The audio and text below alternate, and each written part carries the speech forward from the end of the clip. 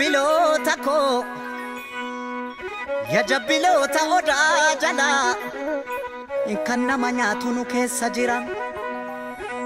Jabbiloota koo ya jabbiloota odaa jalaa kan nama nyaatu nu keessa jira. Warran biyya Arabaati, qarree biyya Arabaati, baga Rabbiin nagaan si baasee, baga Rabbiin nagaan isin baasee jedhaatiidhaan sanuu himaa jedhanii baga Rabbiin nagaan isin baasee baga gammadanillee isaanillee baga gammadan jechuu barbaadu duraan.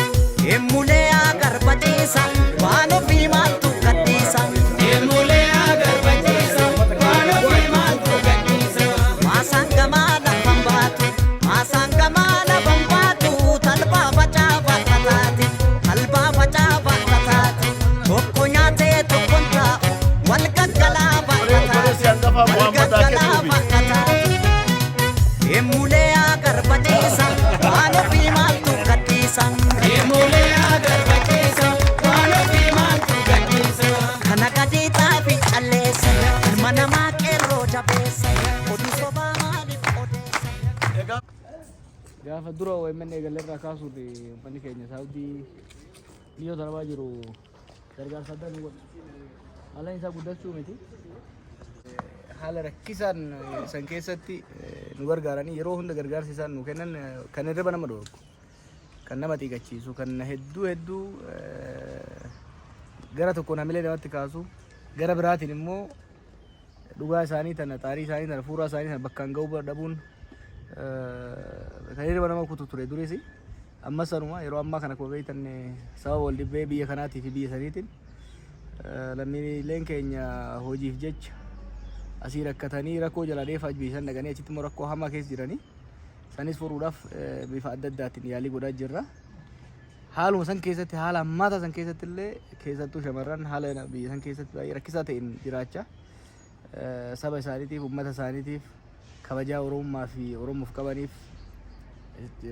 kabaja dhugeeffannoo hoggana isaaniitiif qabaniif wanni isaan godhan baay'ee namatti ulfaata. Fuudhuunis dhiisuunis namatti ulfaata. Fuudhuuf isaanirraa fuudhuun namatti ulfaata. Dhiisuuf immoo xaarii isaanii kana beekamtii kennuu dhabuun nama rakkisa. Kanaaf ulfaadhaa.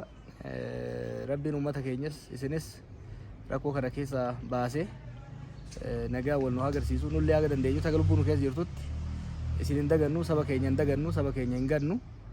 Ijabaannaa galatoomaa jedhan.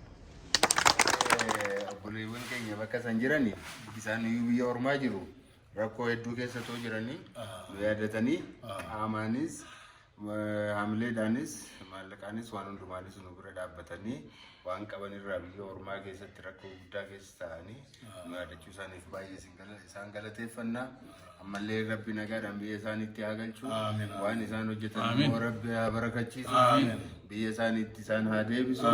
Ayyeeqa kanuma jennaa galatoomaa isiniin jennaa isiniinis isaaniinis galanni haa gahu.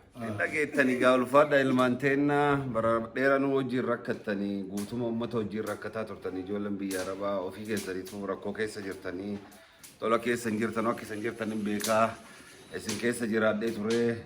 Bakki sanitti hidhamtanillee bakki ijoolleen keenya itti hidhamtettillee hidhamee hidhaa keessa ture quba qabaa rakkoo keessanii dhiphina keessan quba qabnaa fayyaa nuu ta'a ulfaadhaa galatoomaa akka nu argitanii kabajanii ergaa kunumaan guddoota keenya nu ergitan kan Rabbi isin haa ulfeessu rakkoo teessanillee Rabbi isin irraa furu Rabbiin argitee bal'innaadhaan nagaadhaan argitee bilisummaadhaan biyya keenya walitti qabee waliin nu jiraachisu. Kormillee argitee mormuu sagantaa ajaa'iba qabna. Sangaarra isaan isin affeeran kana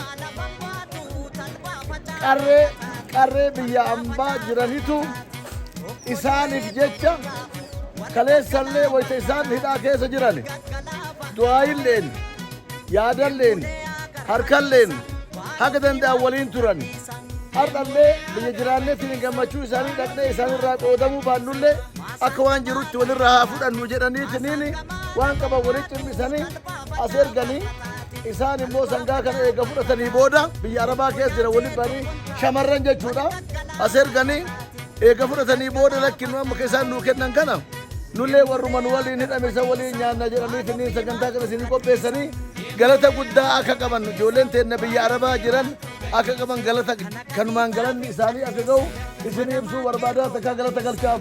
Oduu sobaa maali ogeessa sabab qulqullummaa dureessa yemmuu